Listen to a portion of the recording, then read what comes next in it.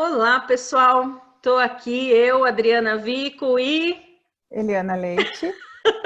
essa dobradinha gostosa para a gente conversar com vocês sobre Sêneca. Então, hoje, temporada 1, episódio 5, vamos falar sobre Sêneca e a frase é parte da cura o desejo de ser curado. Eli, por que você escolheu essa frase? O que te veio na cabeça? Que histórias você pensou para a gente estar conversando hoje?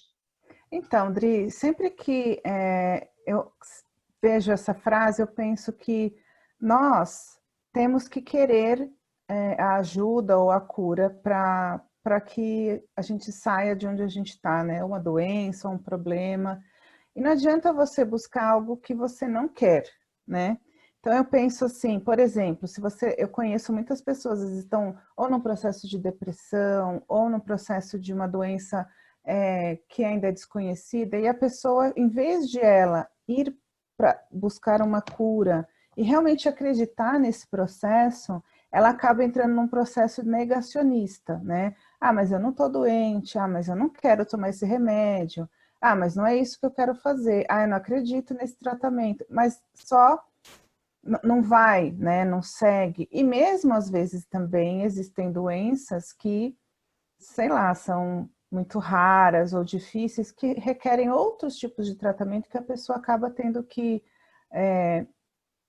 como eu vou dizer, acaba tendo que se desfazer de certas crenças limitantes, né? Ela acaba tendo que falar, não, tá bom, vou tentar, nunca vi, ou indo até para um lado mais oriental, milenar, acupuntura, sabe assim? E no começo a pessoa fala, não, eu só acredito no tratamento com remédio, enfim. Mas no final de contas, né, a gente está falando aqui da cura, remédio, tratamento, mas quando eu falo assim, a parte da cura, o desejo de ser curado, antes de tudo, a pessoa precisa querer sair dali. Não que ela É. mereça estar doente, mas ela, para poder conseguir o resultado, ela precisa querer. E eu queria saber de você como que na psicologia e também no seu trabalho você vê o desejo da cura e o processo da cura, como as pessoas acreditam superficialmente, né? E como ele realmente é. Não. Você sabe que você estava falando, eu comentei, eu fiz a leitura da frase e imediatamente você que gosta de seriados, de filmes, eu vou fazer uma alusão ao Chicago Med. Eu não sei se você já assistiu, Não, não mas, assisti. mas eu acho que foi ontem que teve um episódio especificamente de uma moça africana que foi ser atendida no Chicago Med e ela já estava com aquelas feridas que formam de AIDS, né? Sei.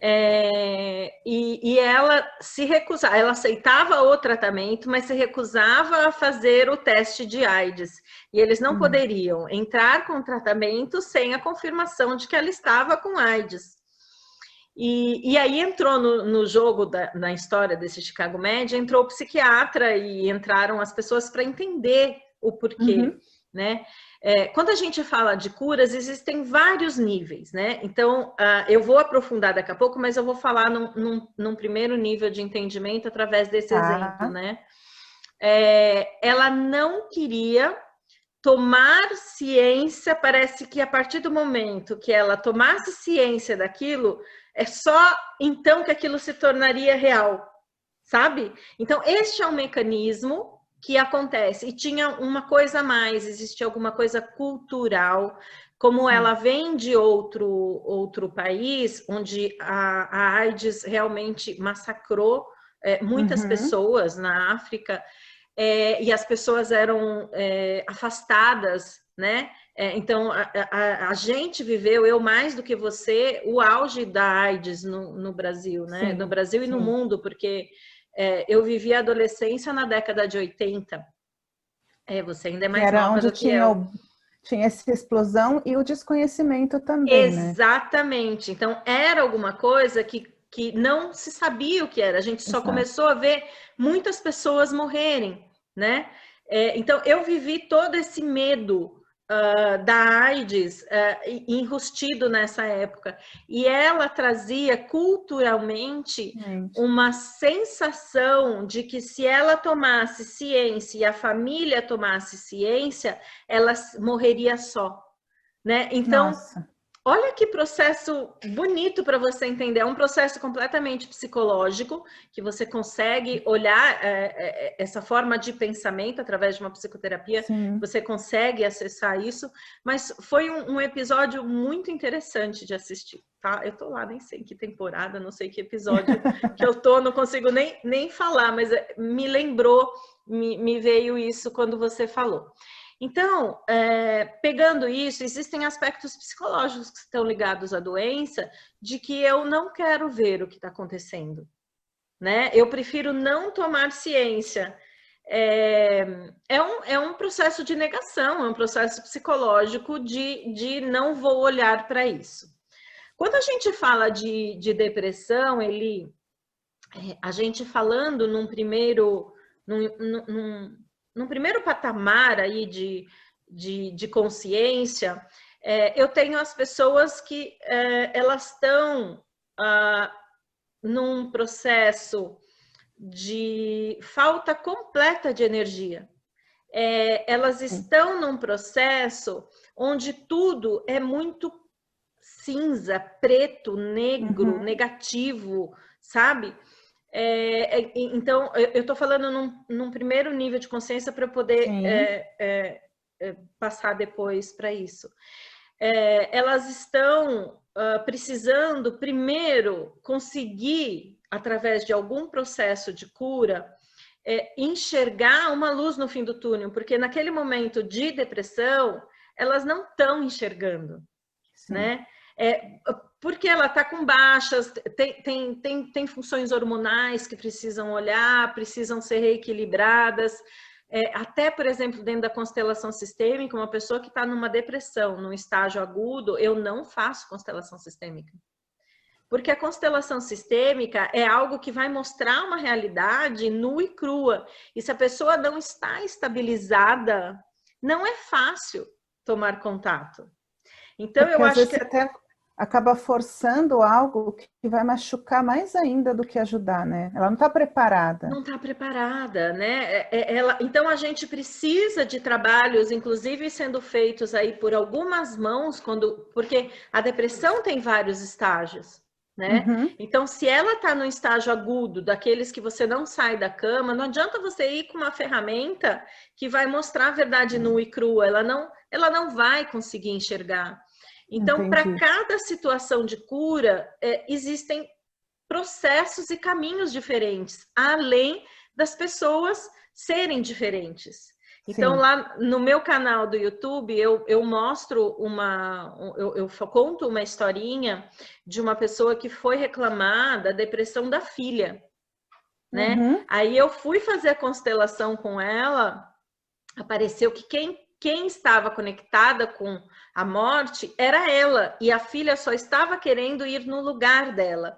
Então, eu estou aqui expandindo um pouquinho a consciência, além do psicológico, né?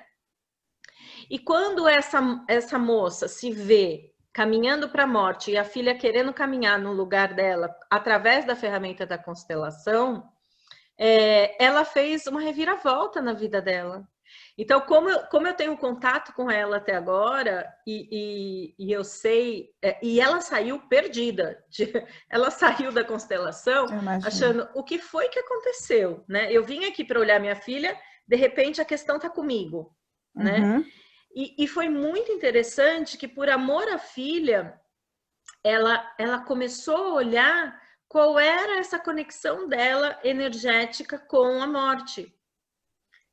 Então, essa filha precisou, por amor, entrar nesse processo de doença, né? Para que essa mãe percebesse com que tipo de energia que ela estava. Então, a constelação sistêmica é muito difícil eu, em 15 minutos, explicar o que nos movimenta, mas você conhece a constelação sistêmica. E muitas vezes as pessoas saem dos workshops, Eli, assim, meio bravos comigo, né?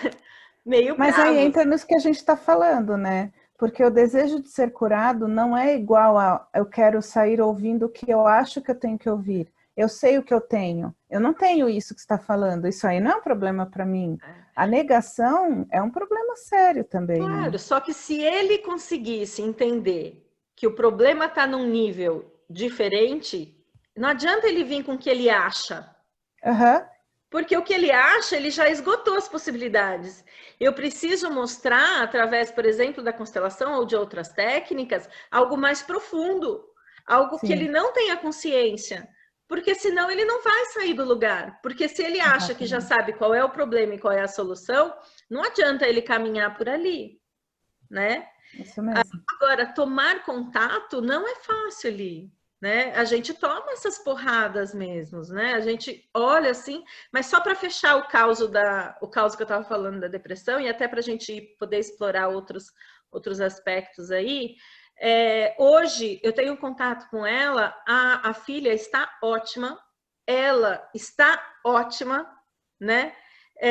E foi a partir do momento de uma tomada de consciência do que a Uhum. movia, aonde que ela estava conectada, né? Então, os processos de doenças e de curas, eles vão muito além do tratamento médico.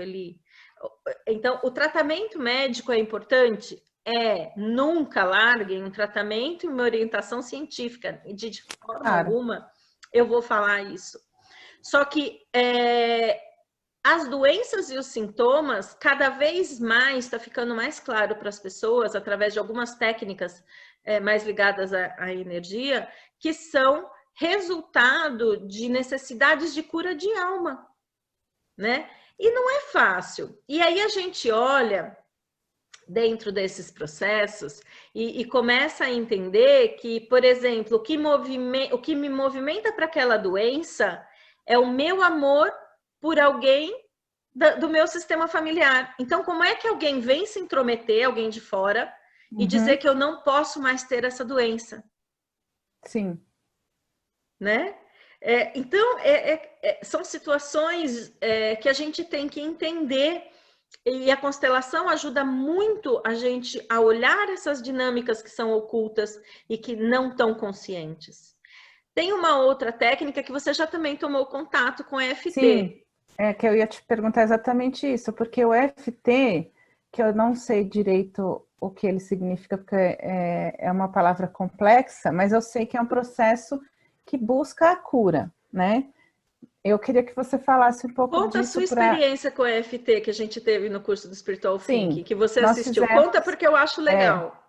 a gente fez no curso do Spiritual Thinking, acho que foi na penúltimo módulo, É, a gente foi falar do processo de cura. E o EFT, ele é um processo de tapping, né? Que daí você explica qual que é a eu lógica por explico. trás.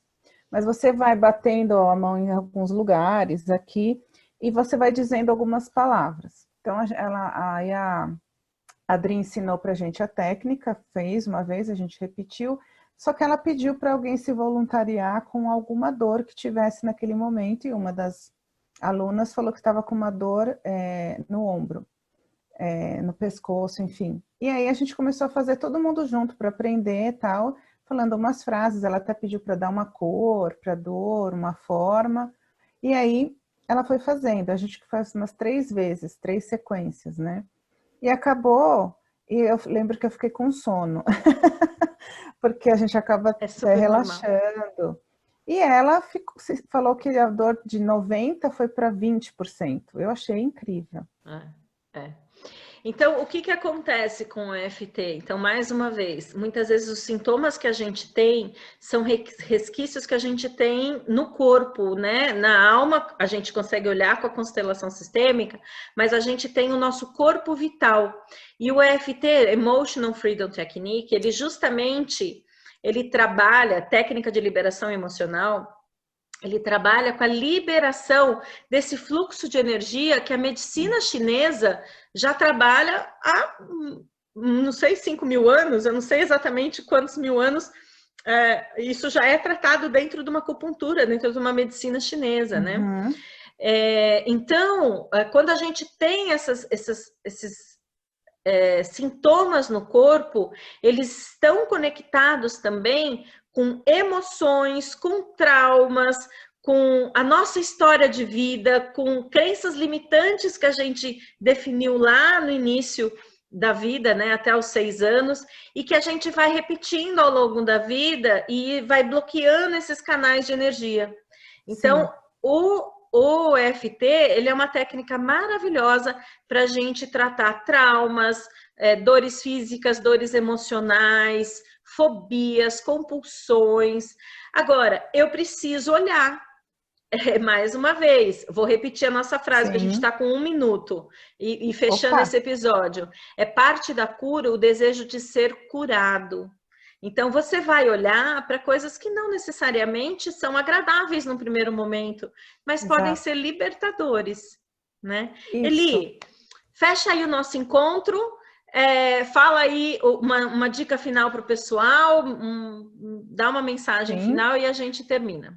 Eu vou usar essa última fala sua aqui. A parte da cura, o desejo de ser curado, e aí você se liberta, né? Então, acho que o desejo de ser curado nada mais é do que você se libertar daquilo que está doendo ou mesmo te fazendo até infeliz.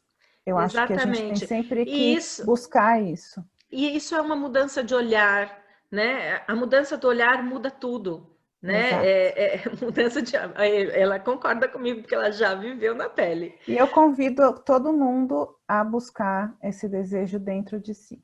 É isso aí. Ai, que linda! Certo? Terminamos nosso programa 15 Minutes, temporada 1, episódio 5. É parte da cura, o desejo de ser curado. Uma frase de Sêneca.